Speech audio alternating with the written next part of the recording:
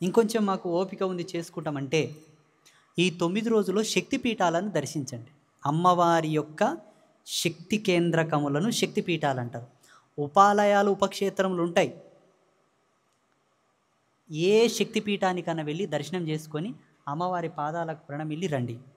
ఇంకొంచెం ఓపిక ఉంది, మాకు శ్రద్ధ ఉందంటే నిరంతరము దేవీనామ జప పారాయణంతో విరాజిల్లుతున్నటువంటి శక్తి ఉపాసకులను, భగవతి యొక్క పాదపద్మ దాసులను, దేవిని ఆరాధిస్తున్నటువంటి బ్రాహ్మణులను, గురువులను, సాధువులను వెళ్ళి అమ్మకే అంకితమైన వాళ్ళని వెళ్ళి దండం పెట్టుకొని రారి. ఇది ఇంకొంచెం ఓపిక ఉంది స్వామి అంటే నిత్యం గోపూజ చేయండి. ఈ 9 రోజుల్లో సాక్షాత్తు పరదేవతను చూడాలనుకుంటే గోమాతలో చూడండి, ఎందుకంటే ఆమె విశ్వమాత. అయిపోయిందా ప్రదీప్ గారు? ఇది ఈ 9 రోజుల్లో ఓపిక ఉండేటటువంటి భక్తాగ్రగణ్యులు చేసేటటువంటి అద్భుతమైన విధులు.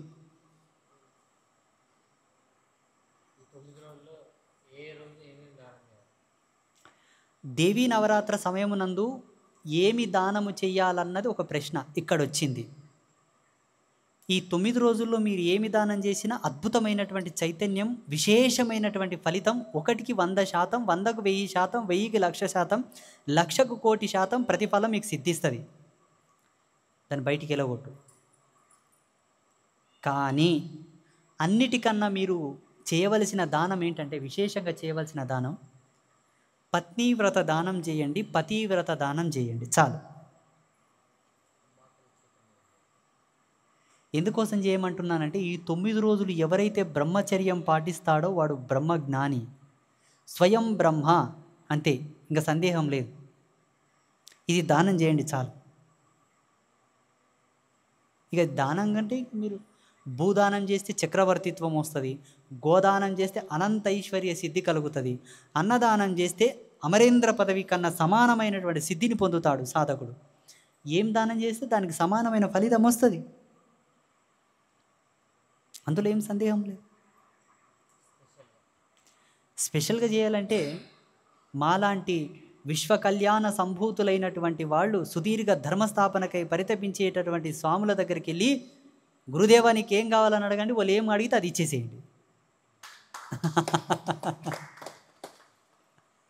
వెల్ విజనరీ కలిగిన వాళ్ళు ఉంటారు సమాజంలో, వాళ్ళని పట్టుకోవాలి. ఈయనకు నేను ఏమని ఇస్తే దేనికి ఉపయోగపడతాడు, పెడతాడు, దేనికి ఉపయోగపడుతుంది, ఈయనలో ఉండేటటువంటి ఆ ధర్మానికి నేను ఏమి ఇచ్చుకోగలను అన్నదాన్ని గుర్తుపట్టి ఇస్తే అది మహర్దానం, దానము కన్నా గొప్పది అది. అంతే, ఆయనకు తెలుసు ఏమి తీసుకొని వీని ఉద్ధరించాలో. అడుగుతాడు, అడిగింది ఇచ్చేసేయండి. ఏమి వామనమూర్తి వచ్చాడు బలి చక్రవర్తితోనికి, ఈయన అడిగాడు ఏం కావాలని. ఎవరు అడిగారు? ఇచ్చేటాయనని అడిగిండు ఏం కావాలని. అడిగేటాయన అడిగిండు, ఇచ్చేటాయన ఇచ్చిండు, కథ ముగిసింది. అంతే.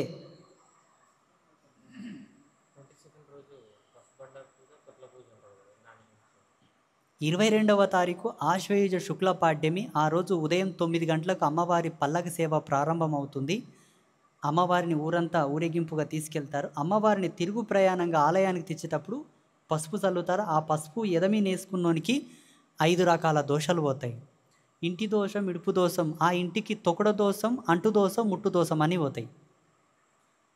శరీరాన్ని కూడా అంటు దోషం, ముట్టు దోషం, తొకడ దోషం పోతాయి. ఇంటికి అవి ఉన్నా, ఒంటికి ఇవి ఉన్నా, ఆ ఇల్లు వేసేసి కాదు, ఈ ఒళ్ళు వేసేసి కాదు, రెండు వేసేసి కావు. ఆ రోజు ఇక్కడ పసుపు వేసుకొని పోయి ఇక్కడ పసుపు తీసుకుపోయి ఇంట చల్లుకుంటే దాని దోషం పోతుంది, ఈయన దోషం పోతుంది, 2 దోషాలు పోతాయి.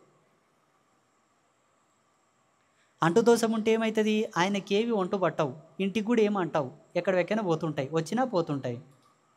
తొక్కుడు దోషం ఉంటే ఏంటి? ఈయన సమాజంలో అందరు దొక్కుతారు, ఆ ఇంటిని కూడా అందరు దొక్కుతారు.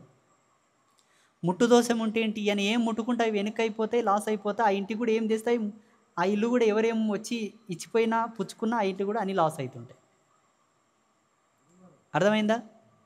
ఆ 22వ తారీఖు రోజు వాళ్ళు వచ్చి పసుపు వేసుకొని, పసుపు వేసుకోవడానికి నామోషిగా ఫీల్ అవుతున్నా ఆ రోజు ఈ గుడి దగ్గర ఇంత బండారు ధరించుకొని పోండి, ఇంత బండారు ఇట్లా నెత్తి మీద ఇట్లా అంటించుకొని పోండి చాలు.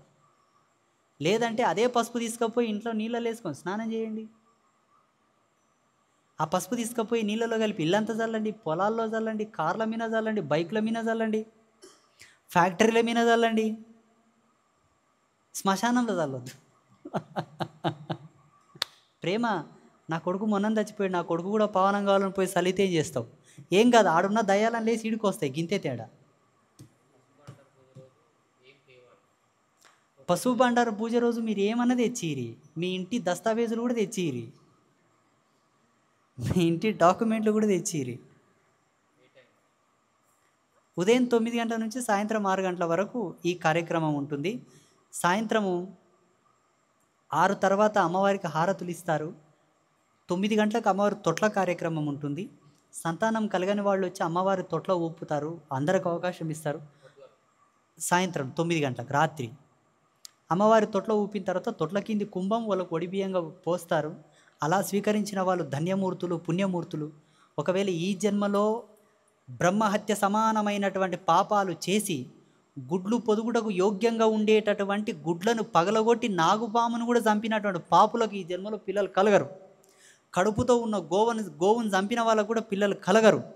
అటువంటి భయంకరమైనటువంటి పాపాలు ఉన్న వాళ్ళు కూడా ఈ పూజ చేస్తే ఉత్తర జన్మలో వాళ్ళు పెళ్ళైన సంవత్సరంన్నర లోపల 3 నెత్తులు కూడుతాయి.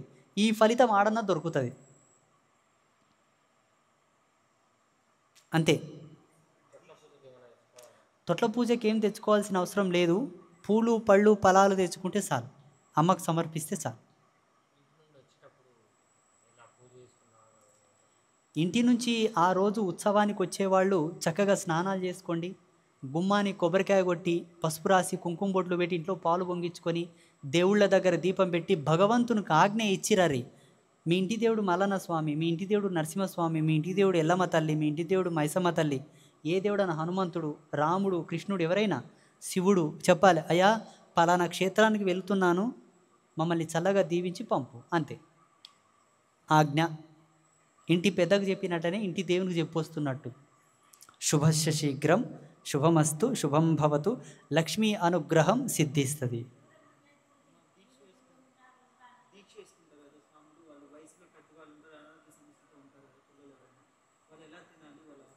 Good question.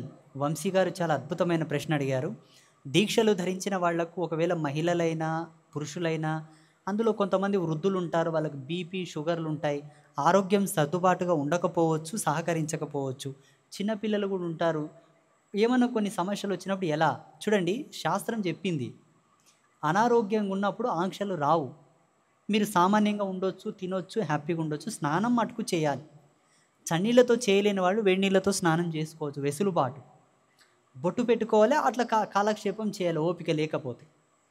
ఇక ముసలి వాళ్ళు ఏమైనా గోళీలు అవి వేసుకునేవి ఉంటే ఉదయం చక్కగా టిఫిన్ చేయొచ్చు. మన క్షేత్రంలో అయితే అందరికి టిఫిన్ పెడతాం.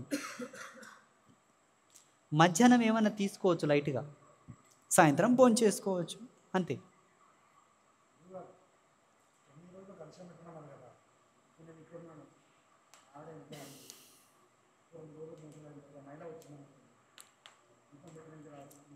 ఆమె దూరంగా ఉండి వేరే వాళ్ళు చేయొచ్చు. ఆమె ఒకవేళ అంటుతో ఉన్నప్పుడు ఆమెను దూరంగా పెట్టి మీ పిల్లలు కానీ, మీ అన్నదమ్ముళ్ళు కానీ, అక్కచెల్లెళ్ళు కానీ, తమ్ముళ్ళు కానీ, వాళ్ళ భార్యలు కానీ, వాళ్ళ పిల్లలు కానీ ఎవరైనా చేయొచ్చు.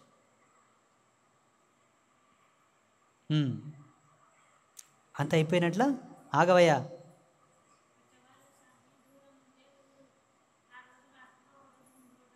Very good. మాతాజీ చాలా చక్కటి ప్రశ్న అడిగారు. ఒకవేళ దూర ప్రాంతాల నుంచి రావాలంటే ఇబ్బంది అవుతుంది కదా స్వామీజీ అనుకుంటే, 21వ తారీఖు ఆదివారం అమావాస్య, 20 తారీఖు నాడన్నా 19 తారీఖు నాడన్నా మీరు అక్కడ అన్నీ చక్కగా చేసుకొని రావచ్చు.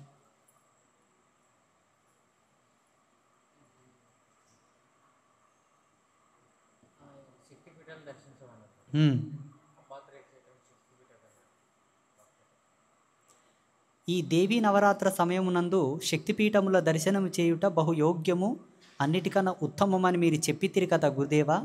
మరి అంబాతరయ్య క్షేత్రం కూడా శక్తిపీఠమా అంటే నేను చెప్పొద్దు, అది మీరు చెప్పాలి. శక్తిపీఠం అయితే శక్తిపీఠమే, మీరు కాదనుకుంటే నేను కూడా ఏం చేయలేను. నేను చెప్తే ఏమంటారు మీరు? సెల్ఫ్ డబ్బా అంటారు.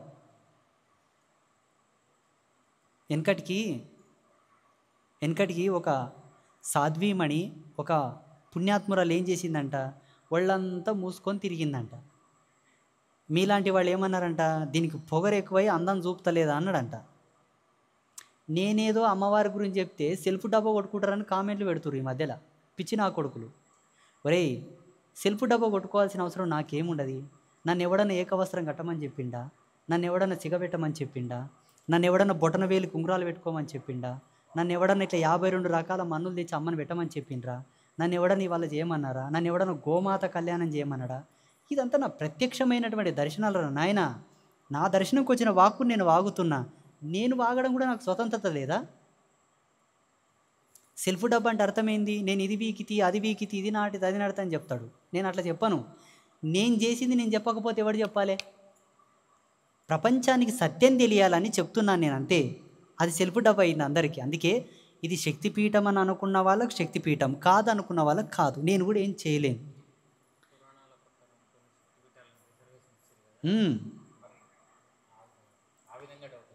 పురాణాల ప్రకారంగా శ్రీశైల భ్రమరాంబిక శక్తిపీఠం. అవును, పురాణాల ప్రకారంగా శాస్త్రాల ప్రకారంగా వాళ్ళు రచించినప్పటి నుంచి అవి ప్రమాణాలు. రచించకన్నా ముందు ఏదైనా ఒక దానిని వర్ణించాలంటే గ్రాంధికంగా వర్ణించాలి. గ్రంథం రచన కాకన్నా ముందు చెప్పు, ఇంకొక గ్రంథ ప్రమాణం. ఆది రచన కాకన్నా ముందు ధర్మ గ్రంథాలు ప్రమాణం. దానికన్నా ముందు పురాణాలు ప్రధానం, అష్టాదశ పురాణాలు. దానికన్నా ముందు ఉపనిషత్తులు, బ్రహ్మసూత్రములు. వాటికన్నా ముందు వేదం. వేదమే రాకన్నా ముందు మనోవిజ్ఞాన దర్శనం. దానే తపమన్నారు పెద్దలు. చూడండి, హిందూయిజంలో ఎప్పుడే కానీ నొక్కి ఒక్కి పెట్టి లాక్ చేసే సిస్టమ్ లేదు. Hinduism freedom fighter. అందుకే పీఠ పరంపరతో ప్రాధాన్యం లేకుండా అవధూతలు పుట్టారు ఈ ధర్మంలో. అవధూతలకు ఏ శాస్త్ర ప్రమాణం చూపుతావయ్యా? వాళ్ళ ధర్మం కాదా? వాళ్ళకి యోగం లేదా? వాళ్ళతో జ్ఞానం లేదా? మహిమలు లేవా? భగవాన్ రమణ మహర్షికి ఆశ్రమ సాంప్రదాయ పరంపరల నుండి ఏ నియమాలు ఏ నిబంధనలు ఆయనకు అంటావు? మరేం చెప్తావు? ఏం కాషాయం కట్టిండా, మెళ్ళో మాలలేసిండా, భస్మధారణ చేసిండా, జపం చేసిండా, ఏం చేసిండు? ప్రతిదానికి ప్రమాణం కావాలనుకుంటా పోతే నీవు కూడా ఇతర మతాల వాళ్ళలాగానే ఛాందస్తవాది అవుతావు. హిందూ అనేవాడు వివక్ష కాదయ్యా, గౌరవం, ఆదరణీయత. తప్పుంటే వెళ్ళి సరిచేసి చెప్పు. తిరస్కారం కాదు హిందువుది, సవరణ చెయ్యి.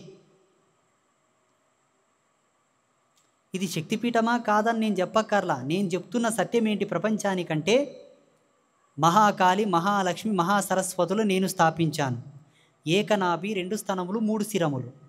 1 2 3 ఎన్నాయ్? బొడ్డొకటి, 2 ఎదలు, 2 స్తనములు, 3 శిరస్సులు. ఎన్నాయ్? 6. నేను ఇచ్చాను. అశాస్త్రీయమైతే వచ్చి నిరూపించండి, నాకే అభ్యంతరం లేదు. నాకు వచ్చిన దర్శనం నేను స్థాపించాను. That's my own reservation, my self, నా దర్శనం అది. తపమాచరించే అధికారం నాకు లేదా? నేను బ్రహ్మమును దర్శించే అధికారం నాకు లేదా? ఉంది అంటే నేను దర్శించాను, వచ్చింది నేను చేశాను.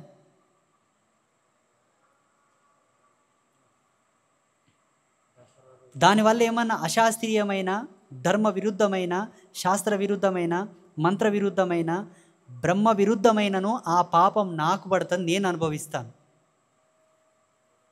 I will ready.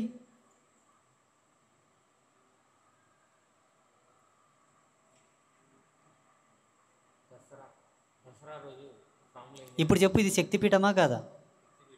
అవునా? శక్తిపీఠమా కాదని చెప్పుటకు అర్హత ఏంటో తెలుసా? అక్కడ శక్తి న్యాసపూర్వక, శక్తి ఉపాసన తంత్ర సహిత, శక్తి యంత్ర సహిత, స్త్రీ యంత్రం, శక్తి యొక్క మూల బీజాత్మకమైనటువంటి జపము, హోమము జరిగితే అది శక్తిపీఠమే. జరుగుతున్నాయా లేదా? శ్రీచక్ర ప్రతిష్ఠ ఉందా లేదా? స్థిర పూజ, చర పూజ 2 అయితే, 2 సంధ్యలు, ఉదయ సంధ్య, సాయం సంధ్య. స్థిర ప్రతిష్ఠ, చర ప్రతిష్ఠ 2 ఉన్నాయి. ఎవరికి నేర్పుతావు? ఎవరికి నేర్పుతావు? శక్తి ఉపాసన గురించి ఎవరి ముందర మాట్లాడుతున్నావు? రమ్మన్, ఎవరు వస్తారు? రమ్మని మాట్లాడుతాను. అంత అవసరమే అనుకుంటే, ఇది శక్తిపీఠమా కాదని నీకు సందేహం ఉంటే, సందేహం ఉంటే, తీర్చుకోవాల్సిన సామర్థ్యం ఉంటే అమ్మవార్లనే అడిగి తెలుసుకో. నేనెవరిని బచ్చగా నడమంతల. బెజవాడ దుర్గమ్మలో ఏం లేదన్నాడు ఒక అధముడు. ఆ కాలంలో ఉండే రాజు ఒక బ్రాహ్మణ బాలకుడు వెళ్ళి అమ్మను పిలిచి అన్నం తినబెట్టిండయ్యా. ఇది సత్యం. మీకు అమ్మనే చూడాలనుకుంటే వచ్చి పిలవండి. మహాకాళి, కాళికాదేవి ప్రమాణమా కాదా? మహాలక్ష్మి ప్రమాణమా కాదా? మహాసరస్వతి ప్రమాణమా కాదా? మరి ఇంకెట్లా కాదా శక్తిపీఠం? ఎవరో శిల్పాచార్యుడు ఎప్పుడెప్పుడో తనకిష్టం ఉన్నప్పుడల్లా తనకిష్టమున్న పద్ధతిలో చెక్కిన శిల్పాన్ని తెచ్చి నువ్వు విగ్రహం కూర్చోబెడితే దాన్ని దేవాలయం అంటావు. ఇక్కడ ఎన్ని శాస్త్రీయమైన మూలాలు ఉన్నాయి తెలుసా? ఏమి ఇంకా చాలా ఉన్నాయి చెప్పాల్సినవి. అన్నీ చెప్తే ఇంకేమని ఫీల్ అవుతారో అని కొన్ని చెప్పను. అందరికి అర్థం కావాలని కొన్ని చెప్తున్నాను అంతే. అసలైనవి ఎవరికి చెప్పలేను ఇంతవరకు, చెప్పను కూడా. అవి దేవరహస్యములు. మొన్న ఒక యాంకర్ వచ్చాడు ఇంటర్వ్యూ చేసేటప్పుడు, ఏకకాలంలో అన్ని మనులు ఎక్కడి నుండి తెచ్చినావు? అన్ని వేల సంవత్సరాలున్న చెట్టు ఏడుంది అన్నాడు. తెచ్చిన నాకు తెలుసు, ప్రతిష్ట చేసుకున్న ఆ తల్లికి తెలుసు. అది సత్యం, సత్యం, సత్యం అంతే. ఇది దేవరహస్యం. చెప్పాల్సిన అవసరం నాకు లేదు. నమ్మితే నమ్ము, లేకపోతే పో. ఏమి అర్థమైందా? వెనుకటికి కంచం గుణం అడిగిందంట. కంచం గుణం అడిగిందంట. ఏమే తినవేడితివి రుచి ఏందాన్ని చేతుని అడిగిందంట. ఏమే తింటివి రుచి ఏందని నాలుకని అడిగిందంట. ఎవరు చెప్పాలి? ఎవరు చెప్పాలి? నాలుక చెప్పాలనా? అట్లుంటుంది కొన్ని.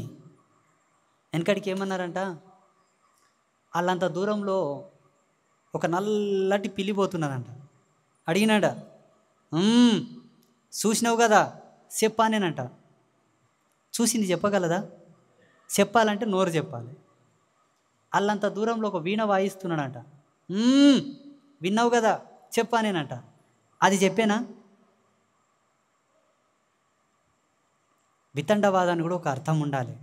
ఆ వితండవాదాన్ని 10 శాఖలుగా విభజించి చెప్పింది తర్కశాస్త్రం. మన ధర్మానికి సంబంధించింది. తర్కశాస్త్రంలో ప్రావీణ్యం ఉన్న వాళ్ళు ఎట్టి వితండవాదాన్ని సునాయాసంగా తీసి కొడతారు. అందులో మేము ఇంకెవరన్నా వచ్చి ఇది శక్తిపీఠం కాదన్నారు అనుకోండి, త్రిమాతలని దింపుకుంటా బాడీ లోపలికి.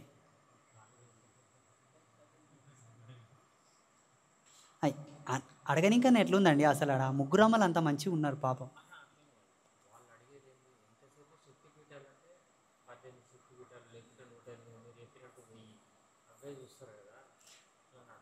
ఒక 1,00,000 సంవత్సరాల తర్వాత ఇదేంటి? ఇప్పుడు అంబాత్రయ క్షేత్రం కొత్తగా ఉందని ప్రశ్న అడిగినావు. ఈ శక్తిపీఠాలు ఎవరో స్థాపించారా? అవంతకవే పుట్టాయా? ఓకే, పుట్టిందైతే ఉంటుంది, స్వయంభూగా వచ్చి ఉంటుంది. భూమి ఆవిర్భావం చెందిన తర్వాత వచ్చి ఉంటుంది. భూమి ఆవిర్భావం చెందకన్నా ముందు క్వశ్చన్ మార్క్. ఇప్పుడు ఇది కూడా ఒక 1000 సంవత్సరాల తర్వాత.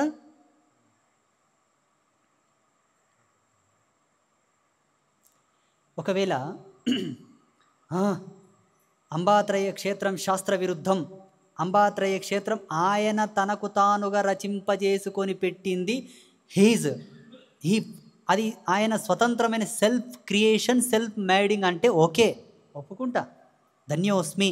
నా సెల్ఫ్ క్రియేషనే నా స్వతంత్రమైన నా యొక్క దర్శన ప్రతిష్ట, ఒప్పుకుంటాను, అంగీకరిస్తాను. నేను కాదనట్లా.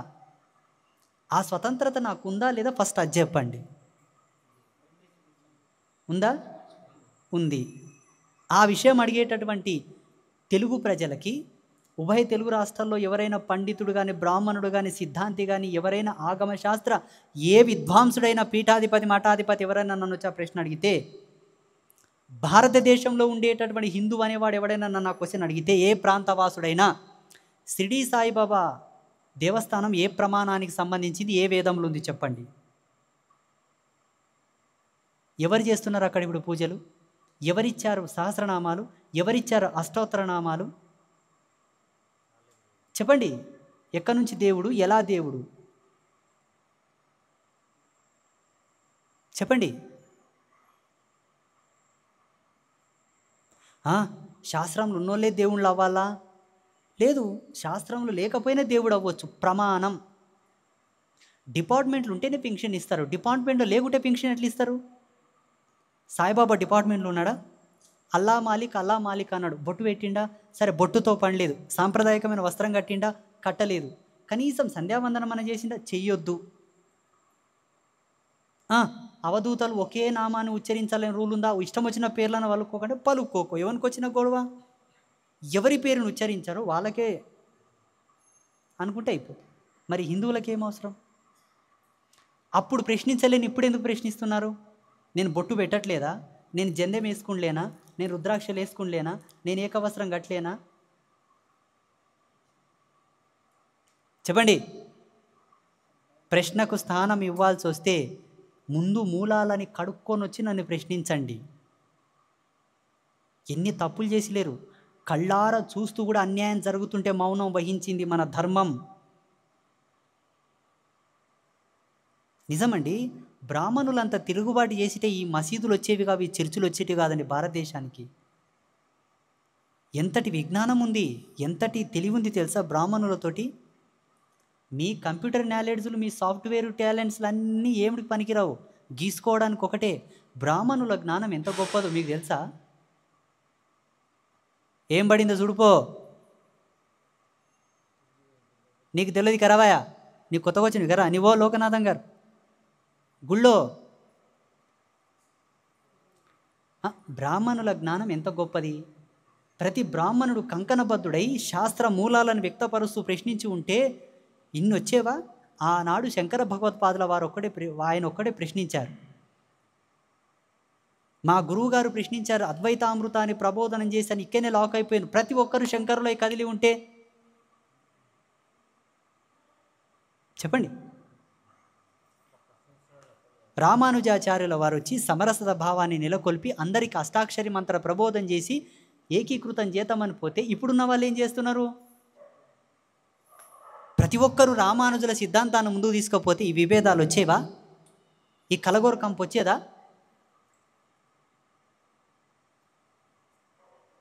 నువ్వు ప్రతిదానికి శాస్త్రం శాస్త్రం శాస్త్రం శాస్త్రం అంటే ఊళ్ళో పెట్టే బొడ్రాయికి ఏం శాస్త్రం ఉంది? ఇంట్లో పెట్టుకునే ఊరటమ్మకు కూరటకుండా ఊరటం అంటారు, ఏం శాస్త్రం ఉంది? మాదిగ జాతిలో మాదిగ వాడలో పెట్టుకునే లందలకి ఏం శాస్త్రం ఉంది? కాదా? నమ్మకం కాదంటావా? ఉందే దమ్మురా దా కడజాతికి వచ్చి వెలివాడలు వచ్చి లందలు శాస్త్రీయం కాదని నిరూపించి చూస్తా. ఏమి అయ్యా, శాస్త్రం ప్రమాణమే. ఏంటి శాస్త్రం అంటే?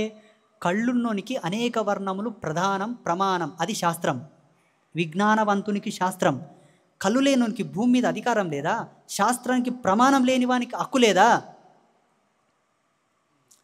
ఇక్కడ అంబాత్రయ క్షేత్రంలో అశాస్త్రీయమైనటువంటి పూజలు, గుప్త పూజలు, నగ్న పూజలు, క్షుద్ర పూజలు, అర్ధరాత్రి పూజలు, ఏకాంత పూజలు, శ్మశాన పూజలు, యోని పూజలు, కన్య పూజలు ఏమైనా జరిగితే ఖండించండి.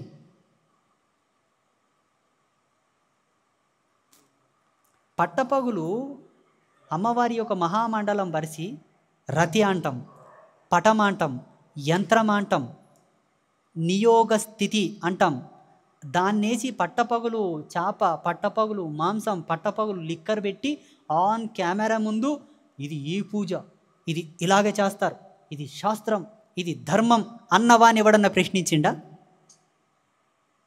నేను సకల జనులు సమ్మతమై పుట్టెడు బండారును అధికారికంగా తెచ్చిన, జేజూరు నుంచి తెచ్చిన, సౌదతి నుంచి తెచ్చిన, నేను తెచ్చి కలిపినాడా?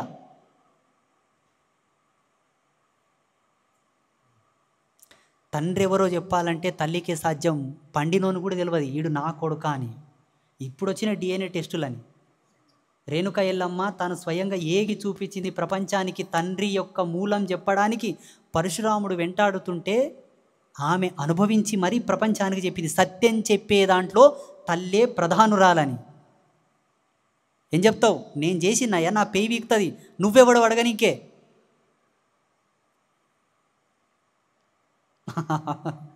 శక్తిపీఠం కాదన్నందుకు ఇంత వచ్చేది టాపిక్. ఇంకెప్పుడన్నా ఎవడన్నా శక్తిపీఠం కాదన్నాడు అనుకో, ఖబర్దార్, అమ్మవారితో పోయి కంప్లైంట్ చేస్తా, వీడు శక్తిపీఠం కాదంటాడు, పోయి చూడు అని చెప్తా డైరెక్ట్. నాకు ఆ రిజర్వేషన్ ఉంది. ఇంతవరకు నేను చెప్పిన వల్లనే జరిగినాయి, ఇది కూడా జరగవచ్చు. నేను చెప్తా, ఏమ్మా ఆయన ఏదో అంటున్నాడు, ఒకసారి పోయి చూడుపో అంట.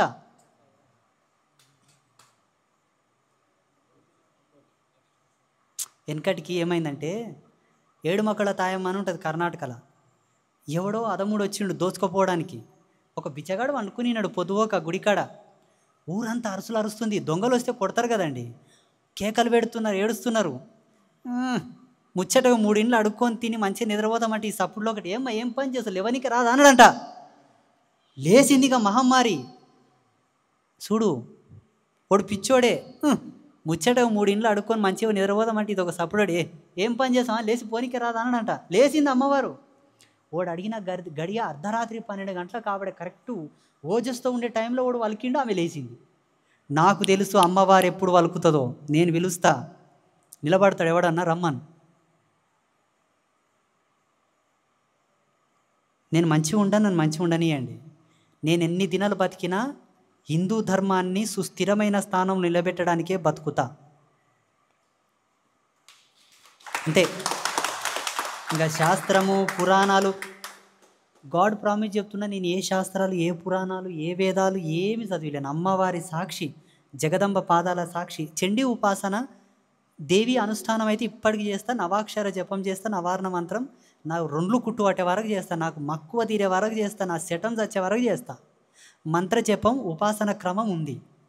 ఇక వేదాలు పురాణాలు అంటే నిజం చెప్పాలంటే స్వామి నాకు అంత టైం కూడా లేదు చదవనికే, నాకు అంత టైం లేదు. ఒకప్పుడు వైరాగ్యంలో ఉండే, సిద్ధి పొందాలనే తాపత్రయం ఉండే. అప్పుడు ఇంకా సిద్ధి బాగా ముదిరి బాగా ఎనర్జీ లెవెల్స్ పెరిగే కొద్దీ జనాలంతా రావట్రి. పువ్వు వికసించిన తర్వాత వాసన పోతే తుమ్మెదలు వచ్చిన రావట్రి. వీళ్ళని చూడడానికనే సరిపోతాయి. వీళ్ళతో పాటు పీఠమాయ, ఇక దాన్ని చూసుకునికనే సరిపోతాయి. దాంతోపాటు శిష్యవర్గం ఏర్పడి వీళ్ళని చూసుకునికనే సరిపోతాయి. బయట ప్రోగ్రాంలు, మీటింగ్లు, ఈ ఇల్లు ఆ ఇల్లు, అది ఇదే సరిపోయి. Come to the point. ఇక చదువుదాము అనుకున్నప్పుడల్లా ఏదో ఒకటి రావడం, మళ్ళీ నా దైనందిన అనుష్ఠానం, ఇంక నేను ఎట్లా చదువుదు, అంత టైము రాకపోయే, అంత విడిది రాకపోయే, అంత ఓపిక రాకపోయే. సత్య ప్రమాణంగా నేను ఏ శాస్త్రాలు చదివిలేను, నేనే ఒప్పుకుంటున్నాను. నేను చెప్పేది ఏమన్నా అశాస్త్రీయమై ఉండవచ్చు గాక, వచ్చి నిరూపించండి, నేను అంగీకరిస్తా. తప్పు చెప్తే అంగీకరిస్తా, నేను ఖండించను. తెలివని తప్పును ఒప్పుకోవడంలో ఉండేటటువంటి గొప్పతనం వేరొక దాంట్లో లేదు. సాక్షాత్గా ఒప్పుకోవాలి, నేను తప్పు చేసిన అంతే.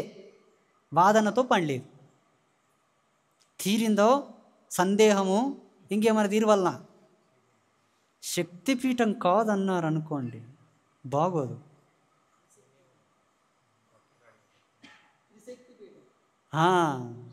త్రిశక్తిపీఠం.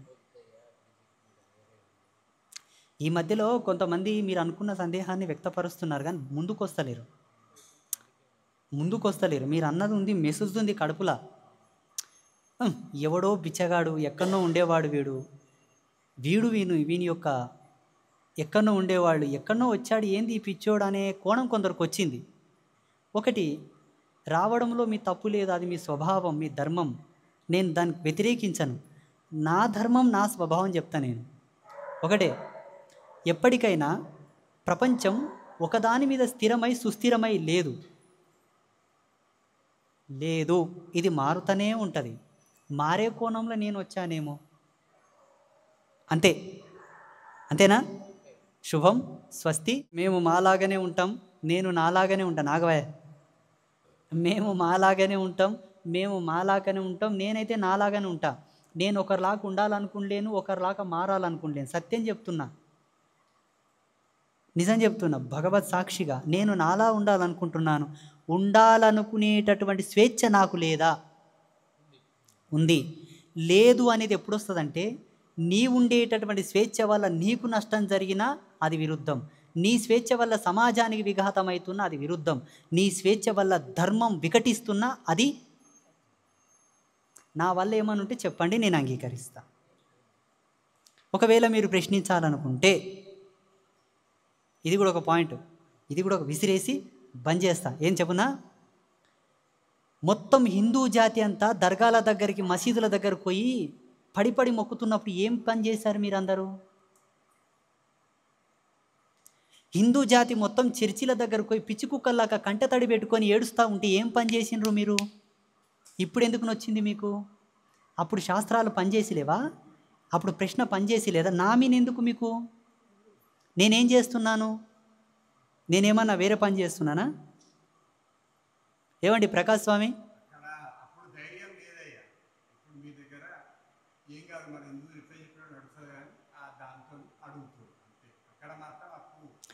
భారతదేశంలో హిందువులకు అన్యాయం జరిగిందా లేదా?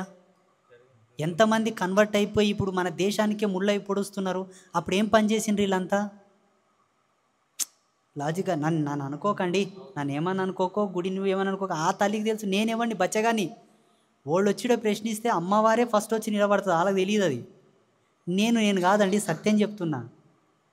ఈ అద్దంలో నా మొహం కనబడాలంటే దీని వెనుక ఒక లేయర్ ఉంటే నా మొహం కనబడుతుంది. నేను కాదు, నా వెనకాల ఒకరు ఉన్నారు. ఒకరు కాదు, ముగ్గురు ఉన్నారు. ముగ్గురు కాదు, 5 మంది ఉన్నారు. నా జ్ఞానం శ్యామల, నా శక్తి వారాహి. ఇది సత్యం. నాకు తెలుసాయా, నేను రోజు జపం చేస్తా కదా.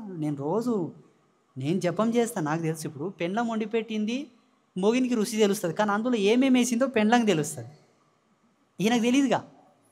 కంచం లేస్తే తింటాడు, బాగుంది అంటాడు, బాగాలేకుంటే బాగాలేదంటాడు. అర్థమైందా? ధర్మం ఎన్ని విధాలుగా సర్వనాశనం కావాలి అన్ని విధాలుగా సర్వనాశనం అయిపోయింది. అప్పుడు ఏం పని చేసిండ్రు అని నేను అడుగుతా. సమాధానం చెప్పాలి, నేను అప్పుడు మాట్లాడాలి. క్షేత్రం పక్కకెడదాం. చూడండి, ఈ క్షేత్రం అశాస్త్రీయం అయితే ఇక్కడ ఎవరికి బాగు కాదు. ఈ క్షేత్రం అశాస్త్రీయం అయితే ఇప్పటి వరకు అసంఖ్యాకులకు సంతానం కలిగింది ఈడ. మరి ఎట్లా?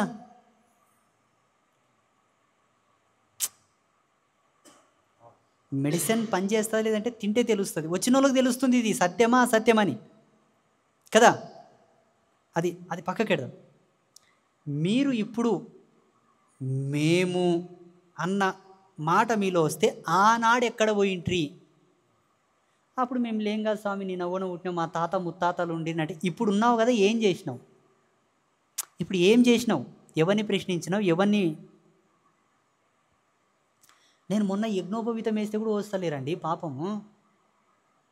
ఏం కేసినావు అంటాడు ఒక ఆయన, ఏం ప్రమాణంతో వేసినావు అంటాడు ఒక ఆయన, నీకు ఏం అధికారం ఉందా అంటాడు ఒక ఆయన. ఏమి ఇది ప్రపంచం ఎక్కడ పోతుంది? ఏమండి ప్రదీప్ గారు, వేయొద్దా? రేపు ఎవరైనా వస్తే నువ్వు మాట్లాడాలి.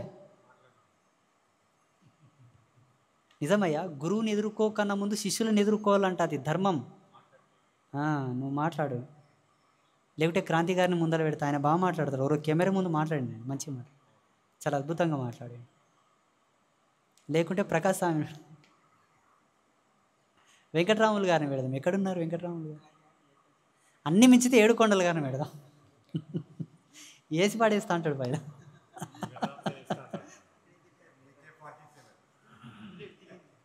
అందరికీ శుభం, స్వస్తి. అందరికీ నేను కోరుకుంటున్నది ఒకటే. చూడండి, నాది శాస్త్ర విజ్ఞానం కాదు, మనోవిజ్ఞానం. నాది సిద్ధాంత సత్యం కాదు, ఆత్మదర్శన సత్యం. ఇది ఎక్కడ దొరుకుతుంది మీకంటే, ఇది అవధూత తత్వం. మీరు ఆ తత్వంలోకి రాలేదు ఇంకా. మీరు ఒకతోను లాక్ అయిపోయినరు. అది మీ పరంపర, మీ విధులు, మీ ఇష్టం. అది మీకు అక్కర్లేదంటే మాకు అక్కరనే. నేను శాస్త్రాన్ని గౌరవించేవాను స్వామి. ప్రతిదీ ముహూర్తం, ప్రతిదీ దినం, ప్రతిదీ పద్ధతి నేను కూడా అవలంబన చేస్తా. ఆగమాన్ని అనుసరించి ఇదంతా నిర్మాణం చేసినాం. వాస్తును అనుసరించి ఆ రూములు కట్టిపించినాం. ఎక్కడ మేము శాస్త్ర విరుద్ధం చేసినాం? జ్యోతిష శాస్త్రాన్ని, ఖగోళ విజ్ఞానాన్ని గౌరవిస్తాం కాబట్టి మొన్న చంద్రగ్రహణం చేసుకున్నాం. రాత్రంతా చక్కగా జాగరణ చేసాం. రాత్రంతా చక్కగా అరిసి మంత్రాలు చదివినాం. ఆవాహయామి ఆవాహయామి అన్నాం. మరి శాస్త్రాన్ని గౌరవిస్తాం కదండి. మనం నిత్యం గోపూజలతో, గోసేవలతో, గోమాతల యొక్క ఆరాధనలతో, విశ్వ కళ్యాణానికి తలంపుగా తలమానికంగా మారిన గోమాత కళ్యాణంతో మనం చేస్తున్నాం. చేయట్లేదా? రేపు దేవీ నవరాత్రుల్లో 20 మంది బ్రాహ్మణులు వస్తారు, నిరంతరంగా సహస్ర చండీ యాగం చేస్తారు. అది శాస్త్రం కాదా? మనమే కొట్టుకుంటున్నాం ఆ డబ్బా. మొన్న అష్టలక్ష్మి మహాపూజలు చేస్తాం, అంతకుముందు వారాహి చేస్తేమి. ఇప్పుడు నెక్స్ట్ ఈ నవరాత్రి తర్వాత శ్యామల చేస్తాం, తర్వాత మాతంగి చేస్తాం, తర్వాత ప్రత్యంగిర చేస్తాం, తర్వాత ధూమావతి చేస్తాం, తర్వాత ఢాకిని షాకిని కూడా చేస్తాం.